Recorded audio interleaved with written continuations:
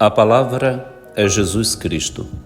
Sábado, na quarta semana do tempo da Quaresma. Oremos. Senhor, na vossa misericórdia, dirigi os nossos corações, pois sem o vosso auxílio não vos podemos agradar. Por nosso Senhor Jesus Cristo, vosso Filho, que é Deus, e convosco vive e reina na unidade do Espírito Santo, por todos os séculos dos séculos. Amém.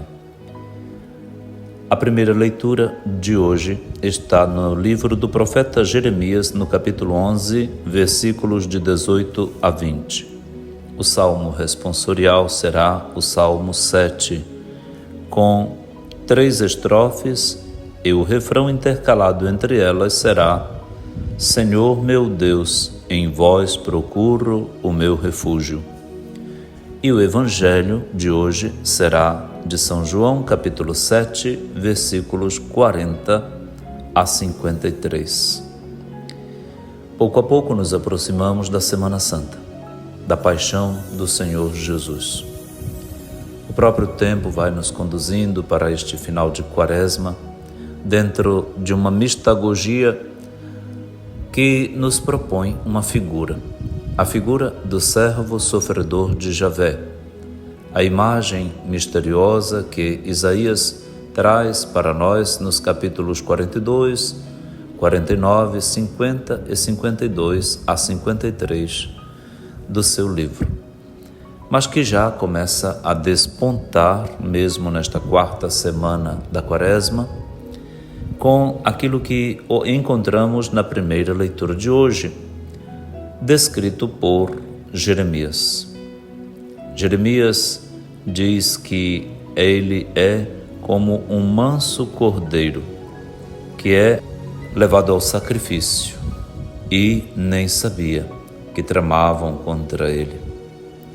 Qual é a trama contra o profeta Jeremias dentro da perseguição no exílio na Babilônia?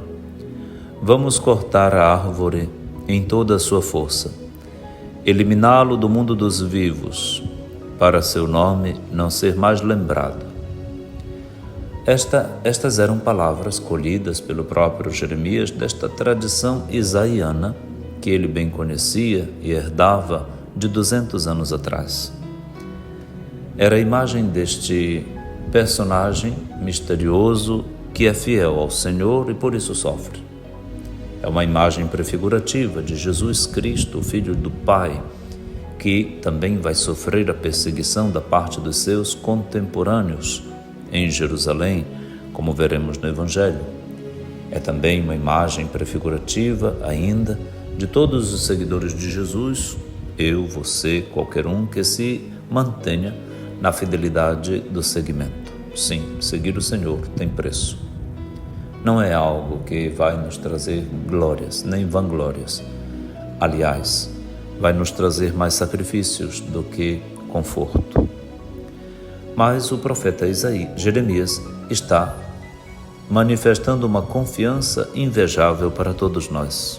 E tu, Senhor dos exércitos, que julgas com justiça e perscrutas os afetos do coração, concede que eu veja a vingança que tomarás contra eles, pois eu te confiei a minha causa.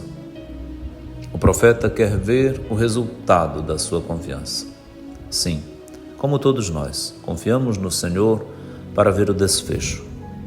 O que é que vai vencer no fim, o mal ou o bem? Aparentemente, pelo meio, por agora, o mal triunfa, mas no fim, a vitória está reservada à força que o bem possui. É esta a panorâmica do profeta Jeremias, do servo sofredor de Javé, e também o ideário que nos abraça nestes dias que nos preparam para o fim da Quaresma. Senhor meu Deus, em vós procuro o meu refúgio. Procurar no Senhor o refúgio, encontrar nele a sua salvação, é o convite que sempre a fé nos faz. Viver na fé significa encontrar no Senhor seu apoio e sua segurança, seu refúgio e seu esconderijo, sua proteção e seu combatente. O Senhor combate a nosso favor. O Senhor está de plantão, mesmo quando a gente dorme ou fracassa. Todos então coragem, confiemos no Senhor e Ele virá nos defender, sim. O Senhor está conosco. Esta é a boa notícia. Este é o Evangelho da proximidade de Deus e da sua companhia. No Evangelho, nós estamos no capítulo 7, versículos de 40 a 53. Estes 13 versículos descrevem as disputas que estão acontecendo em Jerusalém por causa de Jesus, numa perda de informações, numa confusão de mídias sobre ele, mídias epocais, tremenda.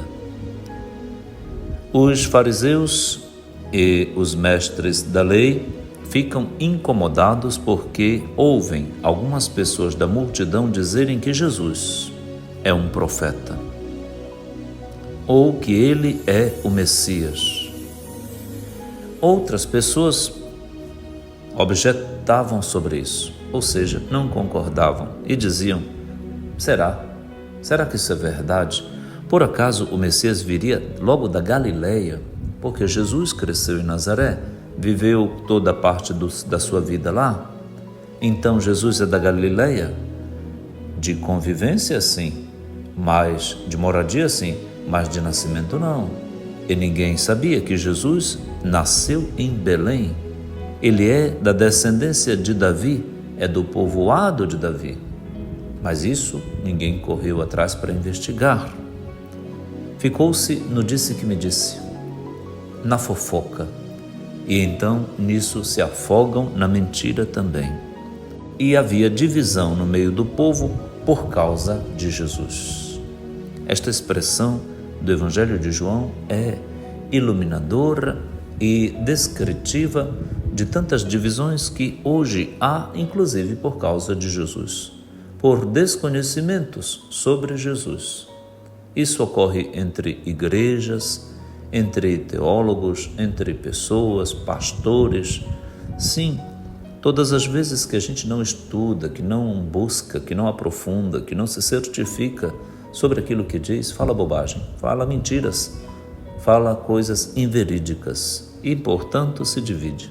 Há divisões entre nós por causa de Jesus, sim, por causa de desconhecimentos da nossa parte. E então, alguns queriam prendê-lo, mas ninguém conseguiu fazer isso. Jesus escapou porque sua hora, como ouvimos ontem, não havia chegado ainda.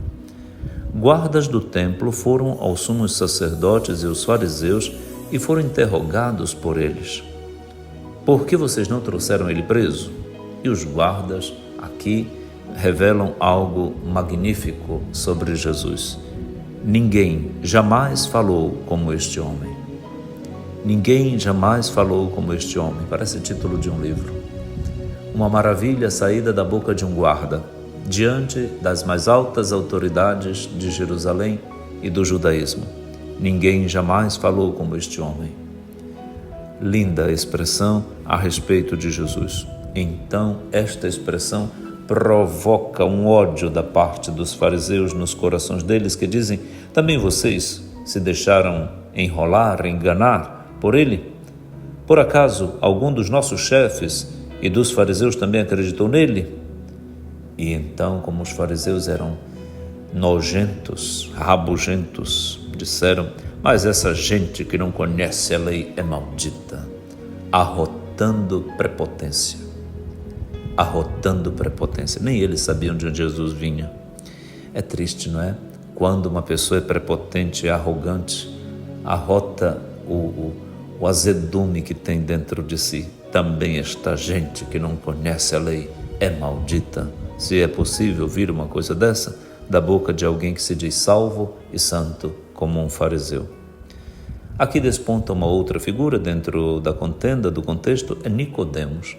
Nicodemos é um dos fariseus, porém, que se tinha encontrado com Jesus naquela noite. Capítulo 3 do Evangelho de João descreve bem o encontro teológico, batismal, de tematização batismal entre eles.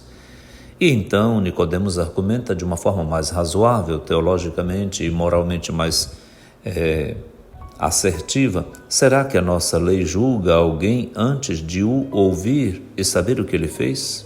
E aí, lá vem o arroto de novo dos fariseus. Eles dizem para Nicodemos: também tu és galileu porventura? Vai estudar e verás que da Galileia não surge profeta. E brigavam, não é? E aí o texto se conclui no versículo 53 dizendo: e cada um voltou para a sua casa, ou seja, cada um voltou para o seu cantinho, para o seu conceito, para a sua compreensão, tudo na mesma. Ninguém se aprofundou em nada, ficou cada um na sua e a amizade continua, ou a inimizade continua. É triste quando isso acontece. Esta página praticamente fotografa nossas comunidades, nossos grupos, nossas igrejas, na vergonha que experimentamos pelas divisões acerca de Jesus ainda hoje. Senhor, perdoa-nos, perdoa nossas divisões, por favor. Vem em nosso auxílio, Senhor, e nos converte. Tira do nosso coração a arrogância e este mal-estar que temos a respeito da nossa fé e por causa das nossas prepotências. Ensina-nos de novo, Jesus, a sermos humildes, a sermos apaixonados pela verdade, para que a nossa verdade seja praticada na caridade. Caritas in veritate e veritas in caritate, para que prevaleçam a verdade na caridade e a caridade na verdade. A todos um sábado feliz, que Nossa Senhora, Mãe da Verdade e da Caridade, beije a cada um de nós, nos ensine como divina pedagoga a procurar a verdade na caridade sobre seu Filho Jesus Cristo. Pai nosso que estais nos céus, santificado seja o vosso nome. Venha a nós o vosso reino, seja feita a vossa vontade, assim na terra como no céu. O pão nosso de cada dia nos dai hoje. Perdoai-nos as nossas ofensas, assim como nós perdoamos a quem nos tem ofendido, e não nos deixeis cair em tentação, mas livrai-nos do mal. Amém. Abençoe-lhe o Deus Todo-Poderoso, que é Pai e Filho e Espírito Santo. Amém.